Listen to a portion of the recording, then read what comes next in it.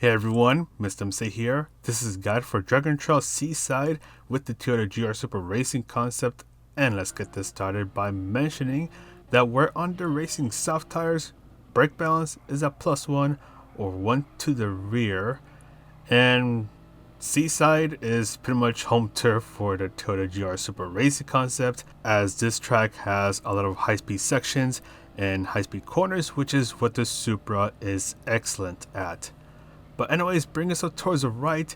You're braking just after the red area on the right starts. Slam on the brakes for a short while.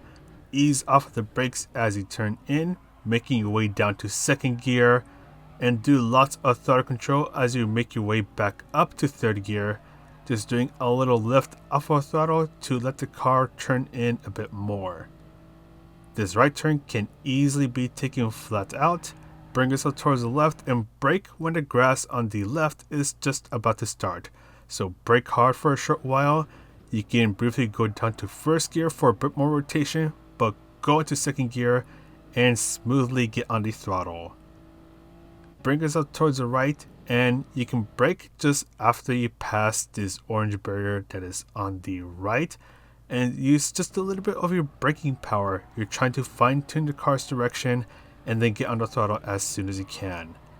You want to try to take the second half of the S's flat out. Then bring yourself towards the left side of the track.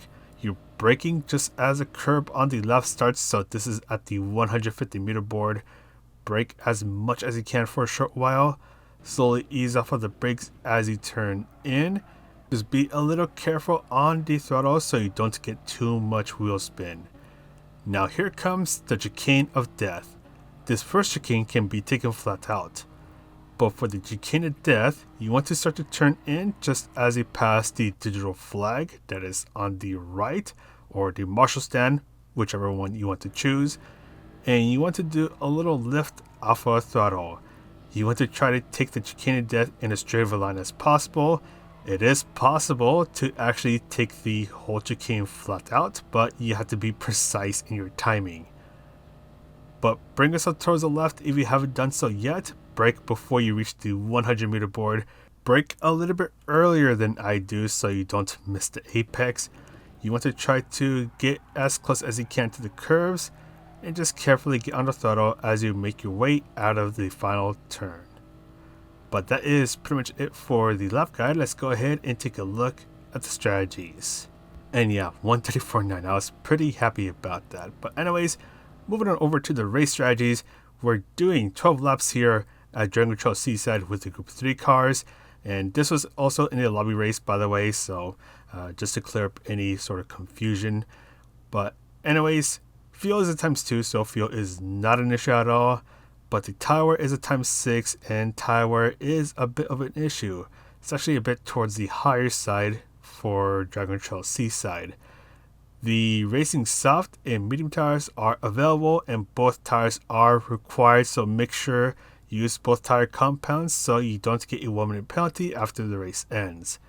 And generally speaking, if you're qualifying towards the front of the pack, start under racing soft tires to try to get away from everyone else, but if you're starting closer towards the middle or the back of the pack, start under racing medium tires so you can get the solar tire compound out of the way. And as you saw just now, make sure you brake a little bit earlier so you don't end up looking silly like how I did, because you have cold tires at the start of the race and you're also under someone's slipstream, so you want to be just a little bit more careful on your first lap. You can actually see how much I'm struggling because of the cold tires and the weight added from the fuel, as it makes the car handle a little differently. But anyways, with Dragon Trail Seaside, there are a lot of high-speed sections, which means that slipstream is going to be a very useful tool to try to get some passes done. And you're going to see that happen right now as Mohata, hopefully I'm saying your name right, is going to get a really easy pass done on me, and that slipstream made passing me a little bit easier to pull off. And with the tower being a bit on the harsher side, you're going to pit around halfway into the race. So assuming that you're starting on the racing soft tires, you're going to pit at the end of lap 6 or 7.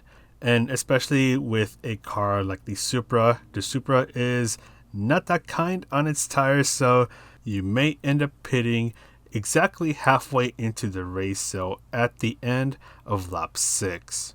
And you can actually see at the end of lap 1 that there's already a bit of tire wear that is kicking in the Supra, so yeah, tire wear is a bit of a pain in the butt in this race. But you know what else is a big pain in the butt in this race? The chicane of death. You want to be extremely careful when you navigate your way through it, because the last thing you want to do is time something just off enough to end up getting bonked by the chicane of death, as unfortunately that happened to our friend in the Ferrari. But anyways, let's go ahead and go towards the end of lap 6. So tire wear is getting a bit annoying to deal with, as another car unfortunately ended up getting bonked by the chicane of death. So tire wear is getting a bit towards the annoying side. It's getting a bit harder to turn in, so now is a good time to go into the pit stop. So just after the final hairpin, just bring yourself all the way towards the right and you're in the pit stop. We started on the racing soft tires, and we're going to switch on over to the racing medium tires. And of course, if you started on the racing medium tires, switch over to the racing soft tires. And the pit loss here for Dragon Trail Seaside with Group 3 cars, and this is only for a tire change, is around 17 seconds. You also want to be a little careful coming out of the pit stops, because you are going slower. Any traffic passing by are going to be going much faster than you, so just be a little careful about that.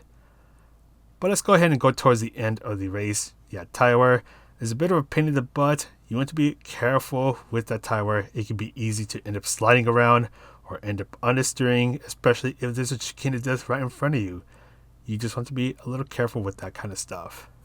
But this is a pretty straightforward one-stop race where you pit around halfway into the race to switch over to the tires that you haven't used yet.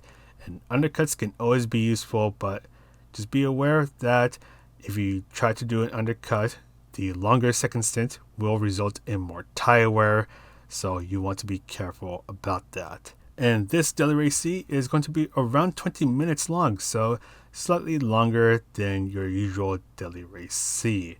And the Giro Supra racing concept, pretty much the top car for Dragon Trail Seaside, as it's pretty much home turf for it. If you want something that's a little easier to use, you can try the Toyota FT1. It's basically the handling version of the Supra, and it's a little slower, but it does handle the high-speed sections pretty well. But anyways, that's going to be it for this guide. Thank you guys for the amazing support in 2021 and so far into 2022. Thank you to Playseat for supporting the channel as well. And of course, this is the first daily race C of 2022, so I wish you guys a happy new year. But anyways, that's all from me. This is Mr. MCA, wishing you guys a good race and a happy new year, and I'll see you in the next video.